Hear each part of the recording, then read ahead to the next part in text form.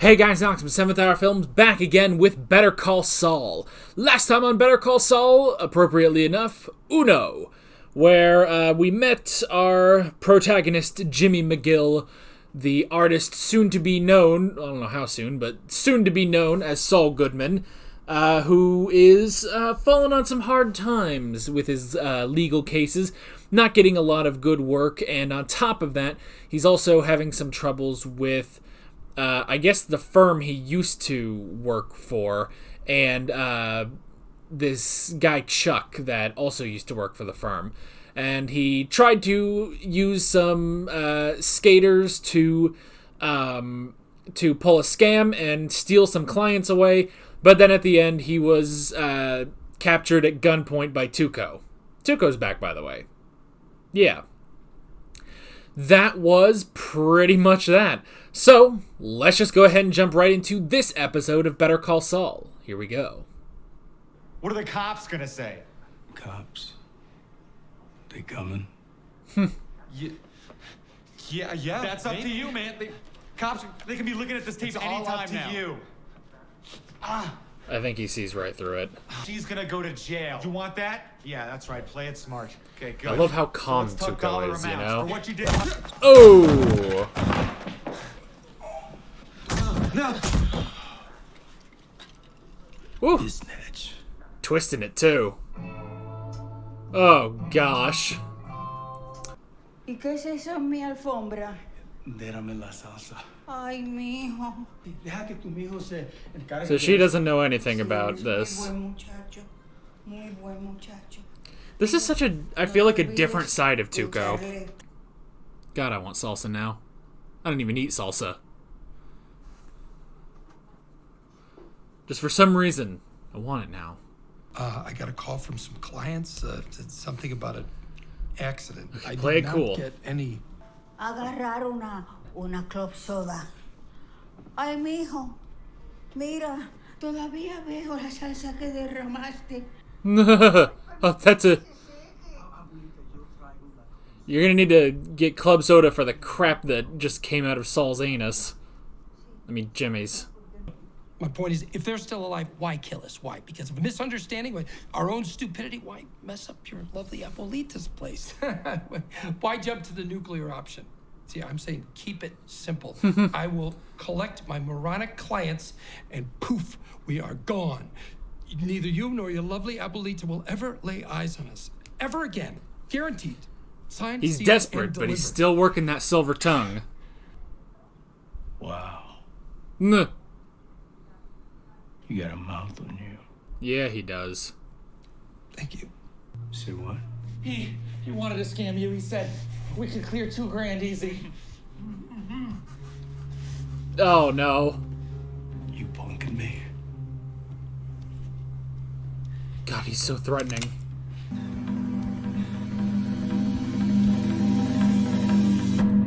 Ugh. Oh, okay. Well, this looks familiar. Been a while. She's married to Craig Kettleman. He's the treasurer of Bernalillo County. I wanted his business. He stole $1.5 million from the county. He's going to be indicted for embezzlement any day now. This is a good case for me. A lot of publicity. I'll get my name out. And anyway, That is incredibly I had honest. these two run their little. I smell lies. No, that's... I smell pork. No, that's not necessary. Okay, we know. I'm Special Agent Jeffrey Steele, FBI. FBI. FBI, I'm undercover, okay? You got me. I'm the tip of the spear, and releasing me would be the smart move. Now see, if you actually lie... Shit! I told you the business was too good. I knew it. I told you. Can I? So he fell for the lie, but didn't believe the truth. What do we sell? Drugs. What kind of drugs? Meth. Most likely. It's Title 21, Schedule 2 through Schedule 5, including Part B. That's what we call them down at the Bureau. The task force is designated Operation Kingbreaker. Kingbreaker. That makes me the king! Woohoo! You've heard truth and a lie. Now which do you... Okay. He said He was FBI. He admitted it. You had your wire cutters on him. He would have said anything. You're gonna see the FBI hiring those two flaquitos. Okay, so this guy is the brains behind Tuco. They disrespected my abuelita. They called her Bisnatch! And they just walk! Ah! What if they kill the two of them, but not Saul? I know how to find you, James McGill. Understand what I'm saying? Yeah. You are free to go. I'm gonna skin them like javelinas! Forget about them. They're insects. Hey, think about their mother. You were gonna let them go. Way I see it, that's because you're tough, but you're fair. You're all about justice. That's what I'm saying. Justice. Justice. These two shit for brains. Then let's talk proportionality. They're guilty. Agreed. I mean, Now you have to decide what's the right sentence. judge and jury. Like a judge. Yeah, Like a judge. we're talking in his Remember the terms. code of Hammurabi? Let the punishment fit the crime. Eye for an eye.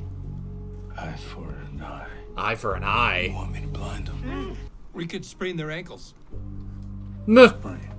They're skateboarders, right? That's how they run their scam. They can't skate. Eh, You hit them where they live. not a bad idea. Just break nothing, bitch. I'm gonna break their arms. And I'm gonna break their legs. Arms. When did we get onto arms? I'm cutting their legs off. Okay, this keeps escalating. Break their legs. How many legs? Two. They got 2 legs. One leg. Each. 1 leg each. One leg each. That's some negotiation. That they can't skateboard for 6 months, and they're scared of you forever. You show everybody that you are the man, but that you're fair, that you're just. 1 leg each. One leg each. Shake on it. Deal. It's tough. That's fair. Wow. He just talked a man out of murder.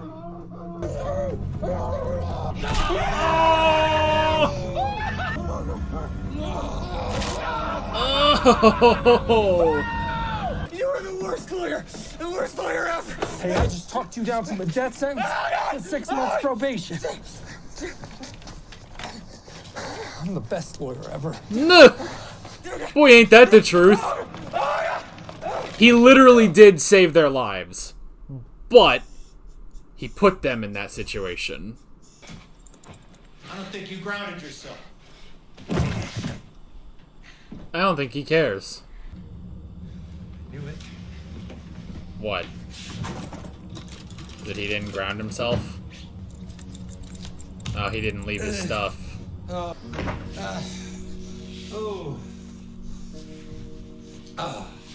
What is this that had affected him? Or is this all psychosomatic?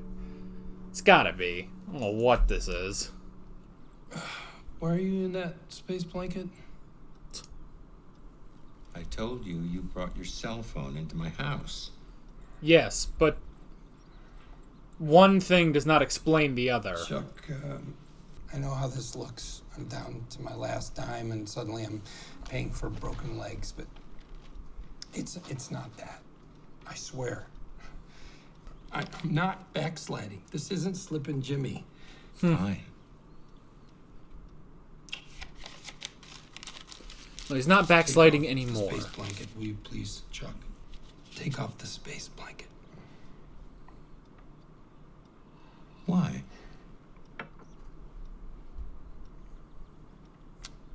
Take off the space blanket, Chuck. Because the space blanket is probably not doing Take off the anything. blanket. Oof. That's gotta be rough. And he puts the space blanket right back on. Wonder where he found that idea. What do you want? Not to starve to death. Nah. What do you say? Got something for me? Tuh. He has to go apologize to her. That's funny. It's showtime, folks. Yeah. Go get back to work. Back to the swing of things. Let's go. Eddie with a prior. The kid took a slice of pizza. Eddie with a prior. Look, the parents are a train wreck. There's no food in the house. He was hungry. Eddie with a prior. Come on. Nah.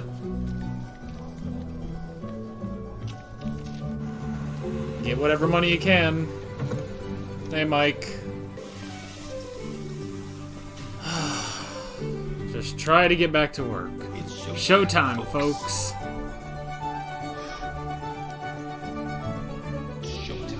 Showtime. Eddie with a prior. Petty with a prior. He'll stay on his sheet for life. Eddie with a prior. You're overcharging him. Eddie with a prior. Oh my gosh. I plead the kid to the sheet, but you give me a continued sentencing. In 6 months, if he's still clean, you file for a dismissal. Come on. Is this how you want to spend your time? You can have the rest of these. Nah. Okay, deal. So much coffee.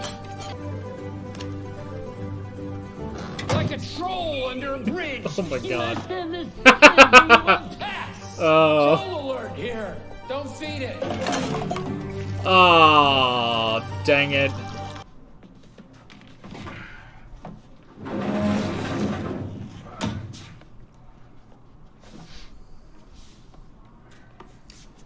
So he also lives here, doesn't he? I didn't put that together last episode. Man, that's quite the setup. Move your bed, move your desk and stuff. Customer. What? For you, a customer. Waiting now. Sure. Give me a minute. Nah. Oh god, now he's got to put everything back. Quarters. Wow. This guy. Cozy. They have $1.5 million somewhere. In what, cash? I don't. Why are you asking me? I'm gonna rip them off. Oh. Okay. I like ripping off thieves because they can't go to the cops. They have no recourse. It's You point me at where they smart have their plan. cash, I'll pay you. I'm a lawyer, not a criminal.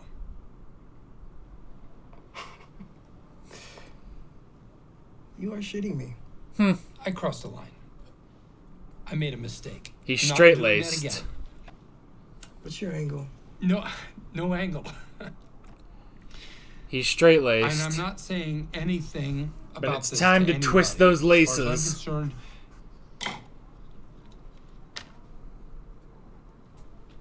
For when you figure out you're in the game.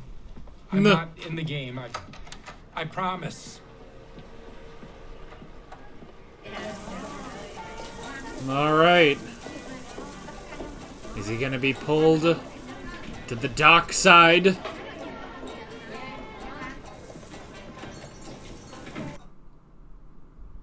Oh boy. Alrighty. Alrighty, that is episode 2 of Better Call Saul. Alright, a very, very interesting episode. How long were we in the desert? That was a good while, wasn't it? Yeah. About just over half of the episode. About halfway through the episode is where we leave the desert and sort of go back to the life as usual. Alright, man. I mean, very Breaking Bad. This is very Breaking Bad, where, you know, this normal guy, but he's down on his luck, and now he has the catalyst that sends him over, you know? Where Walter White became Heisenberg, Jimmy McGill becomes Saul Goodman. Okay. Let's go ahead and jump right into the notes. The first thing, Tuco. Let's talk Tuco. Now, here's the thing, is that I don't remember a lot of Tuco from Breaking Bad. Now, if you guys have been watching my videos, you probably remember that I started Breaking Bad in a very strange way. basically, I watched the first season of Breaking Bad like 5 years ago, and they weren't originally reactions. Well, the first episode was a reaction. After that, it wasn't. So I don't remember much of Tuco in season 1, but I do remember Tuco in season 2, because that was about over a year and a half ago, because that was about January of 2020 when I started season 2 of Breaking Bad. So I do remember Tuco from those 2 episodes, and I will say it seemed a bit different here with Tuco, while also still having some of the same characterization from season 2 of Breaking Bad. But again, I don't fully remember his characterization from season 1 of Breaking Bad. But first thing off the bat is how calm Tuco was at the beginning of the episode when they were at the house, you know? That I thought was very, very interesting, where he was a lot more calm about it, you know. He's in there making dinner. Suddenly these, 2 white boys come in harassing his grandmother, and he handled that very well. Now it seems like the grandmother doesn't really know anything about what he does. Now it does make me wonder. Oh no, that's not it. Okay, I was about to be confused for a second, but no.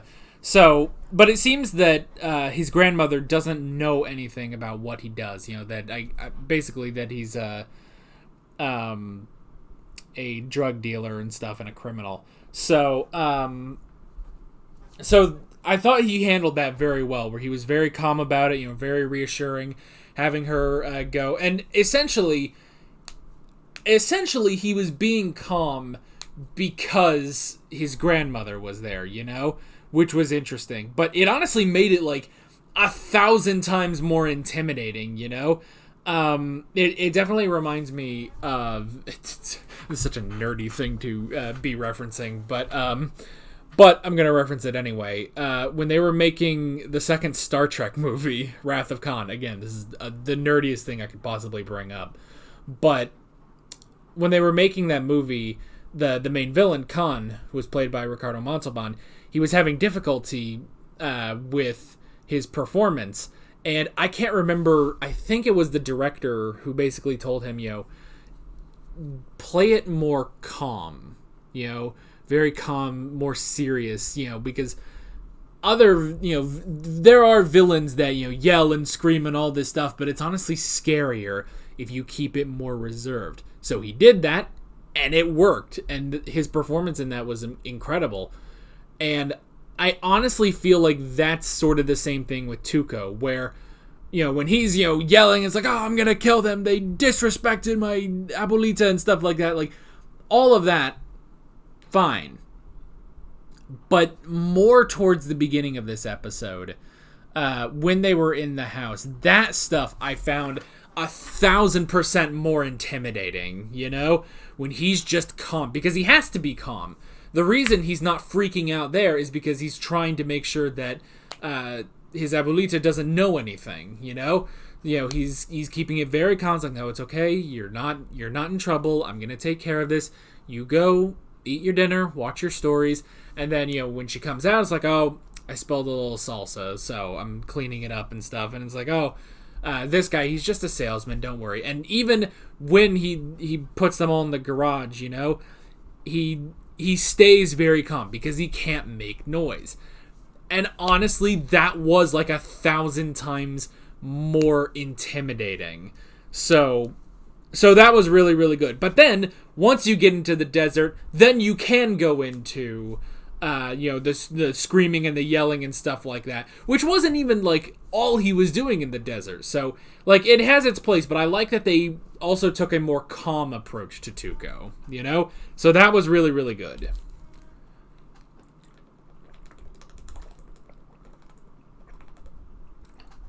That made a lot of noise. And I was very thirsty, so... Anyway. The next thing I wrote down in my notes is desperate talk. We say that, that's basically Saul Goodman's secret weapon is his silver tongue. But honestly, there were a lot of times where that was the same thing with Walt, you know? Where Walt, yes, he did have to think his way out of a lot of situations, but he also had to talk his way out of a lot of situations. And he was definitely doing that with Tuco as well, you know? He was definitely doing that in Season 2 with Tuco. So, but that is basically Jimmy's main weapon, you know?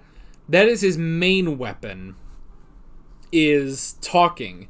And I like, that Saul acknowledges that. It's like, wow, you got a mouth, you know?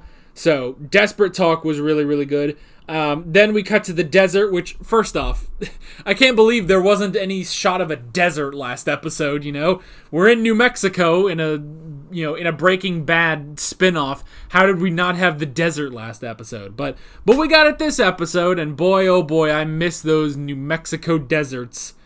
Oh boy. But the whole thing of the lie and the truth was very interesting, you know? Because, again, it's Saul's silver tongue, but it's interesting.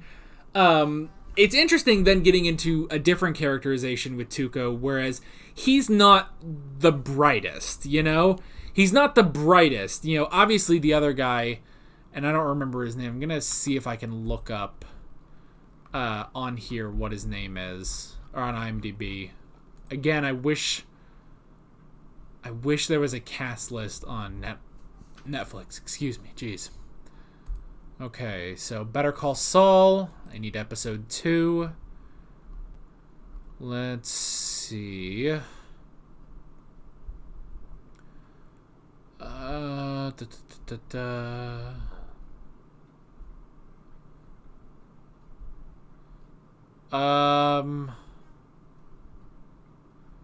Was it No-Doz or was it Gonzo?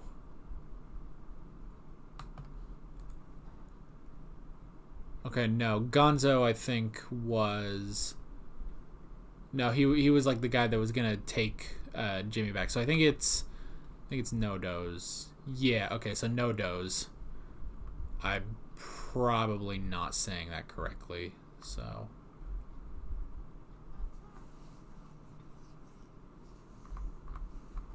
Yeah, No-Doz. I'm gonna say No-Doz. If I'm pronouncing that incorrectly, we'll figure it out later. So... but I like that Tuco's not exactly the brains behind the operation. Like he kind of seems to be the leader, but No-Doz seems to be the brains behind it. And yeah, you know, this kind of reminds me of the beginning of Prison Break. Actually, was it episode 2? I think where spoilers for pretty much the first and second episode of Prison Break if you haven't seen it.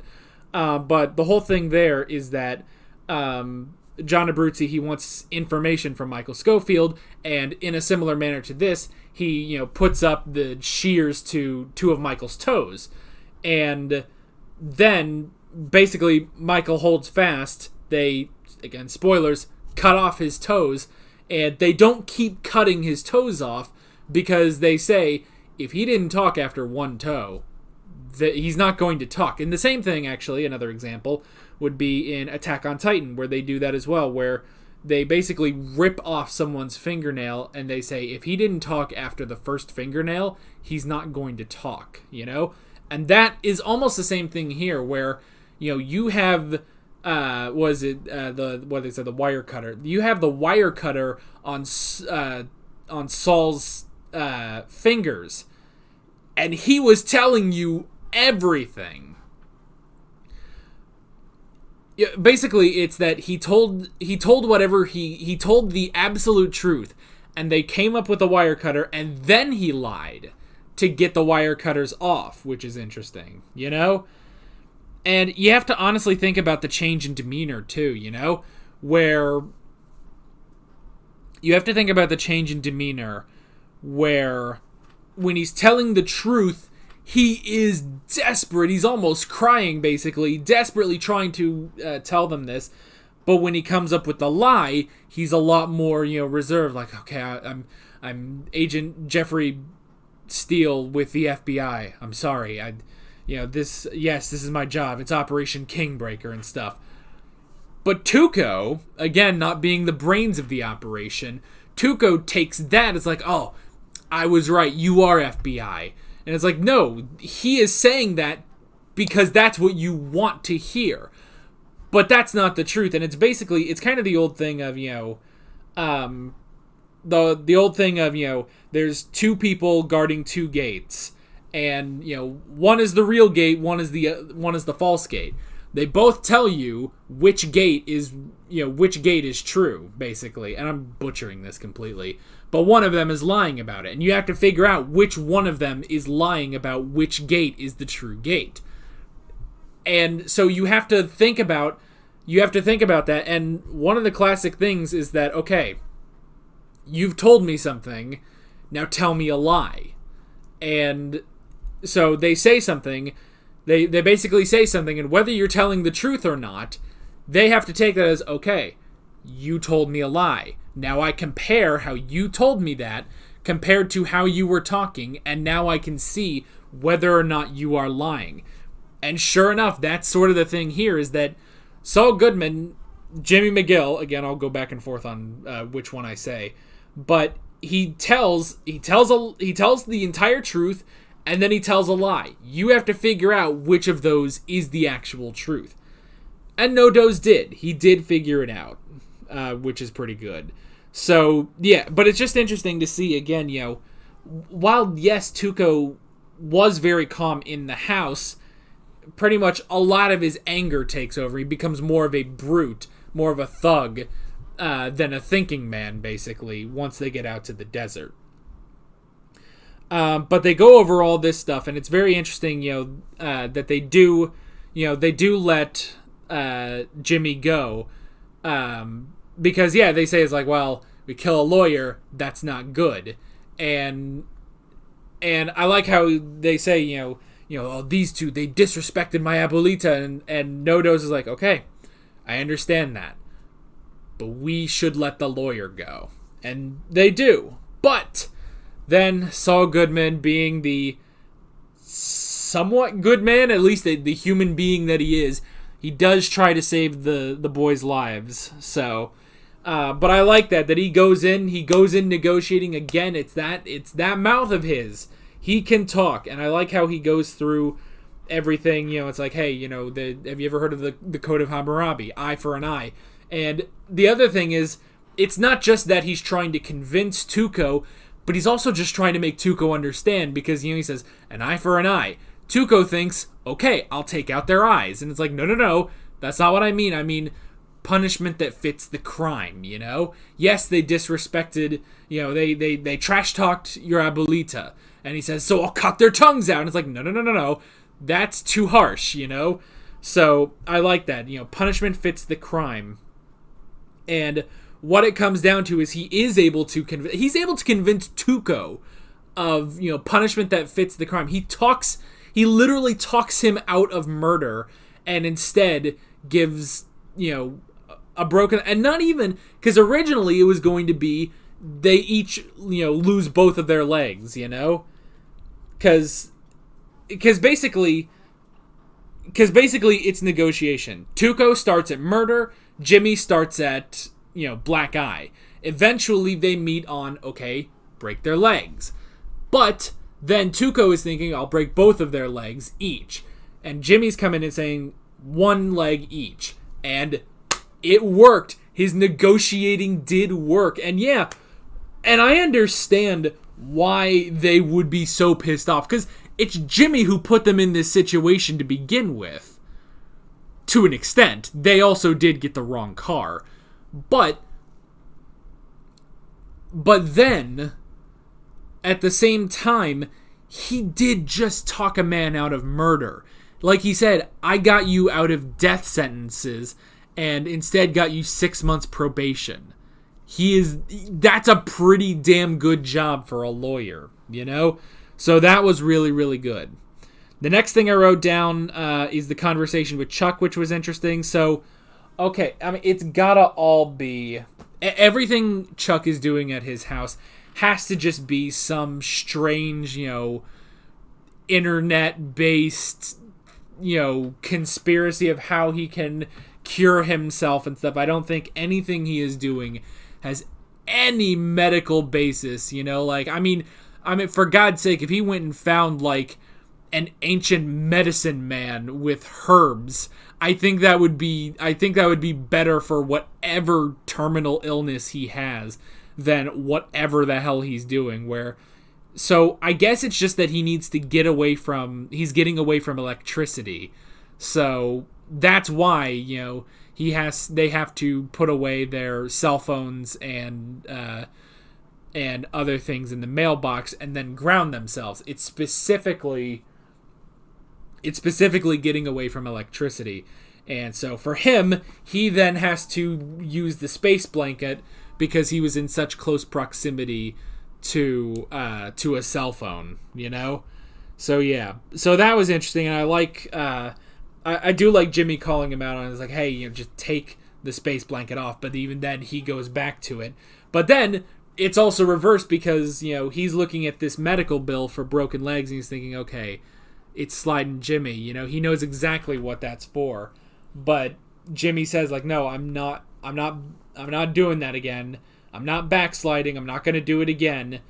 And yeah, honestly, after that entire experience, I don't think he would have ever done that again. He would have just kept going as a lawyer, you know? But now he is sort of back. Sort of. He at least has the chance to, you know, he has the opportunity, basically, to go, not become Sliding Jimmy specifically, but to not be the straight-laced lawyer that he is now. So... okay. Alright, good. Sorry, just had to clean those. So, and they are marginally better. Only marginally, though.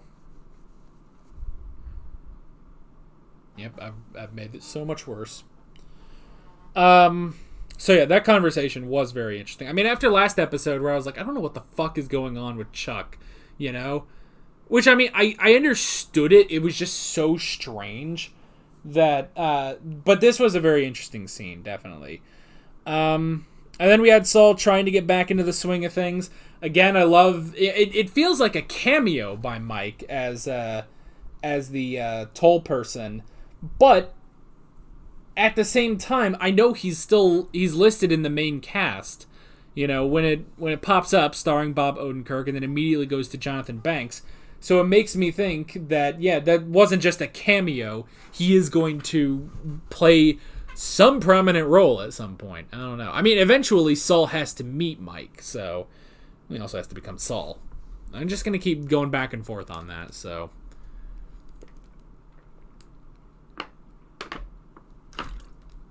Oh, I'm very thirsty. It is the end of the day, so my throat's getting a little hoarse. The last thing to talk about is rob thieves, which is interesting. So that's an interesting proposal from No-Do's that, yeah, I like how he says, you know, I rob thieves because they're not going to go to the police. Like, oh yeah, that's very clever, actually. So yeah, I mean, we've always had this thing with Saul Goodman in Breaking Bad where it's like, you know, if you're going to be a criminal, it's like you don't need a criminal lawyer, you need a criminal lawyer. But right now, Jimmy McGill is straight-laced, you know? Yeah, he had his scam, but other than that, he's a very straight-laced guy. At least when it comes to crime. So that was very interesting. And I like that, again, No-Do's being the smart one, you know, he's basically just giving him, you know, contact information like, hey, when you figure out who you actually are, what kind of person you actually are, give me a call, which was very interesting. So I did like that. That was a very good offer, basically, and a good conversation. So very curious to see how that's all going to work out. I mean, this is 100% an origin story for Saul Goodman, which I really enjoy. And yeah, just seeing how... Because, I mean, you definitely immediately see how he's very similar to the Saul Goodman we know in Breaking Bad. But, honestly, yeah, it's so interesting to see what part of him is here and what part of him we will see him become over the course of the series. So, yeah. So that's pretty much it. Very excited for the next episode. I'm immediately just in love with this show. It's just... honestly, again, they have not skipped a beat since Breaking Bad, which, I mean, that ended... I don't know when that ended, per se. I don't know when that ended, per se, but I mean, yeah, this started in 2015. They didn't skip a beat. It is just as good, honestly, as Breaking Bad, just as compelling.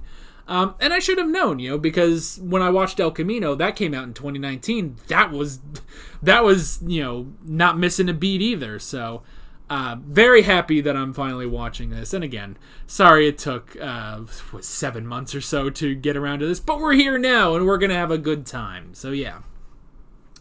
That is basically it. With all that being said, I'm Alex from 7th Hour Films, and I will see you guys next time. Take care. Alright guys, thanks for watching this video. There's a bunch of links on screen if you want to go click around to any of those. There's a playlist for all of my Better Call Saul reactions, as well as another playlist for all my Breaking Bad reactions. There's also a subscribe button and a Patreon button on screen, as well as other links in the description if you want to go check out any of those. See you guys later.